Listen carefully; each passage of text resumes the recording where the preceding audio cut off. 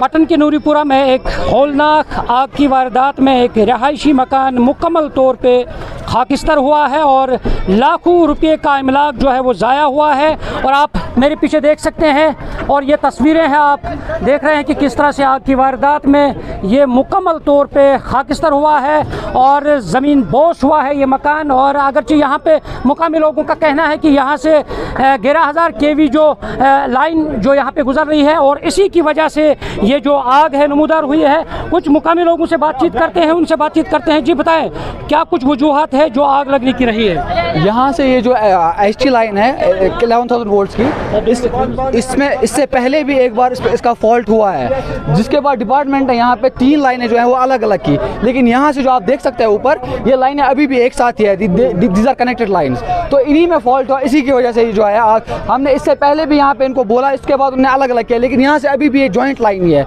तो इसमें फॉल्ट की वजह से ये जो है ये आग। कंसर्न अथॉरिटीज़ को इससे पहले मुतल्ला किया गया है, इन्होंने एक बार अलग किया है, वहाँ आप देख सकते हैं खुद, वहाँ से लाइन अलग अलग है, लेकिन यहाँ से यहाँ तक लाइन कनेक्टेड है। इसमें इससे पहले भी फॉल्ट हुआ है, जिसके बाद उन्होंने लाइन अलग अलग की, लेकिन आधी लाइन अलग की, आधी इनके मकान के साथ बिल्कुल कनेक्टेड थी, इनके मकान के साथ थी।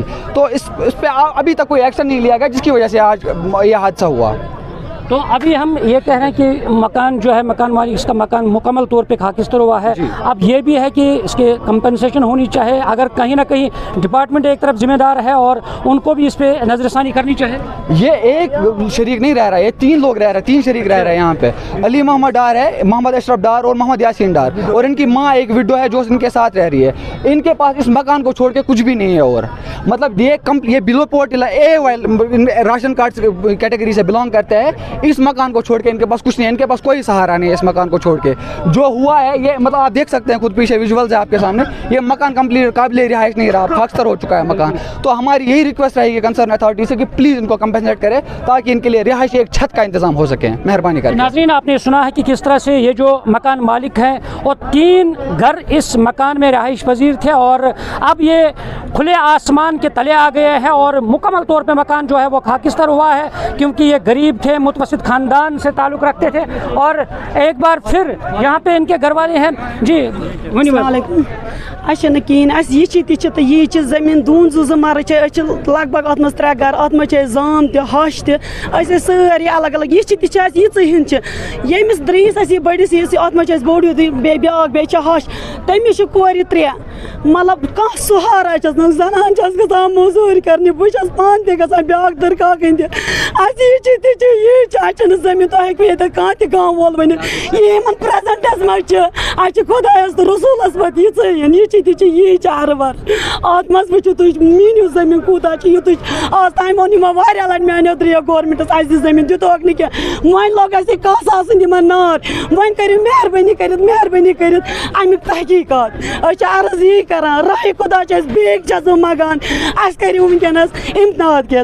बिल्कुल नाज़रीन, ये घरवाली थी और उनके रूदार आपने सुने हैं और ये तस्वीरें आप देख रहे हैं कि किस तरह से मुकम्मल तौर पे मकान जो है वो खाकिस्तर हुआ है और ये रहने के लायक नहीं रहे हैं। और यहाँ सबसे बड़ा फॉल्ट जो रहा है और लोगों का भी कहना है कि यहाँ से जो लाइन गुजर रही थी 11,000 kV की लाइन जो गुजर रही थी और उसमें फॉल्ट होने की वजह से ही और ये जो इस वक्त आग की हौलनाक वारदात जो पेश आई है ये इसी लिहाज से आई है। और अब ये खुले आसमान के तले आ गए हैं और इसमें सरकार भी जो PDD डिपार्टमेंट है कहीं ना कहीं वो भी जिम्मेदार हैं और इनकी माँ है।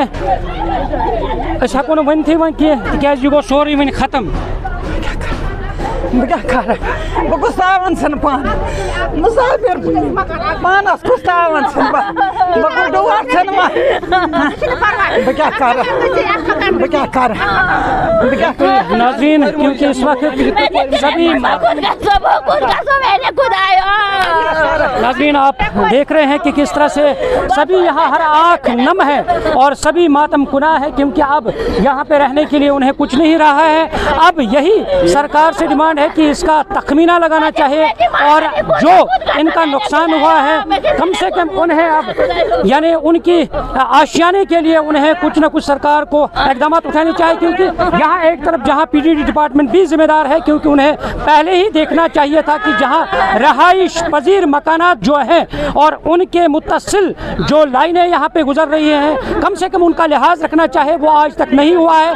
और इसी डर से यहाँ पे फॉल्ट की वजह से जो ये लाइन गुजर रही थी ये मकान के बिल्कुल साथ में थी और उसी की वजह से ये फॉल्ट हुआ है और मकान जो है इसकी जद में आ गया है और इस होलनाक वारदात में मुकम्मल तौर पे खाकिस्तर हुआ है। और ये देखिए आप, हर आंख नम है और हर कोई इस वक्त मातम कुना है और इनका कहना है कि उन्हें अब कुछ नहीं रहा है।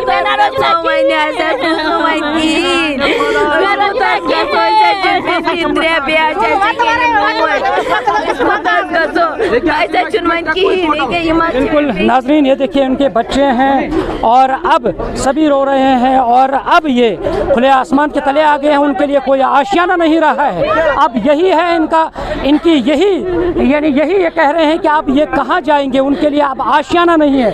और आगे चलकर हम कुछ और तस्वीरें दिखाने की कोशिश करते हैं कि इस तरह से यहाँ पे ये नुकसान जो हुआ है।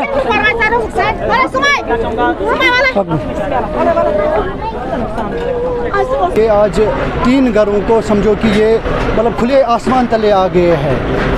वजह क्या है? वजह जब हम यहाँ पे पहुँचे तो यहाँ सिर्फ ये शॉर्ट सर्किट की वजह से यहाँ का पीडीडी जो है वो फेलियर है। उन्होंने आप भी देख सकते हो कि इनके आंगन में पोल लगा हुआ है और तार इनके मतलब छतों के सामने से है। हाई टेंशन जो एसटी लाइन है वो छतों के सामने से है ये पीडीडी। और मैंने पीडीडी जो AEE साहब है, मैंने उससे अभी बात की, वो बोल रहा है कि इन्होंने हमारी तार जला दी है। इन्होंने यहाँ आप लोकलिटी से भी पूछो कि यहाँ इसके घर में कोई नहीं है।